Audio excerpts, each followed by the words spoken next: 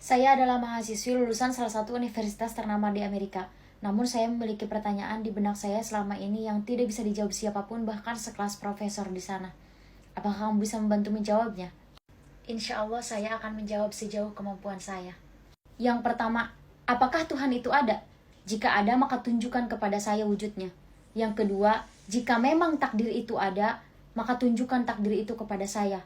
Dan yang ketiga, setan itu diciptakan dari api, dan neraka juga diciptakan dari api. Lalu kenapa setan dimasukkan ke dalam neraka? Bukankah mereka memiliki unsur yang sama? Jadi jelas setan tidak akan merasakan panas. Itulah pertanyaan. Kenapa Anda marah sama saya? Saya tidak marah. Tamparan itu adalah jawaban dari pertanyaan-pertanyaan yang Anda tanyakan. Jadi bagaimana rasanya tamparan saya? Oh, tentu saja saya merasakan sakit. Jadi, Anda percaya rasa sakit itu ada? Yap, saya percaya. Coba tunjukkan rasa sakit itu kepada saya.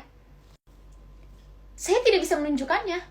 Itulah jawaban dari pertanyaan Anda yang pertama, bahwa kita semua bisa merasakan wujud Tuhan tanpa bisa melihat wujudnya. Lalu, apakah tadi malam Anda bermimpi akan ditampar oleh saya?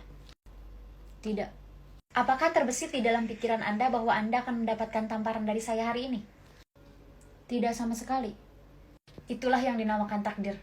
Lalu, terbuat dari apa tangan yang saya gunakan untuk menampar Anda? Kulit.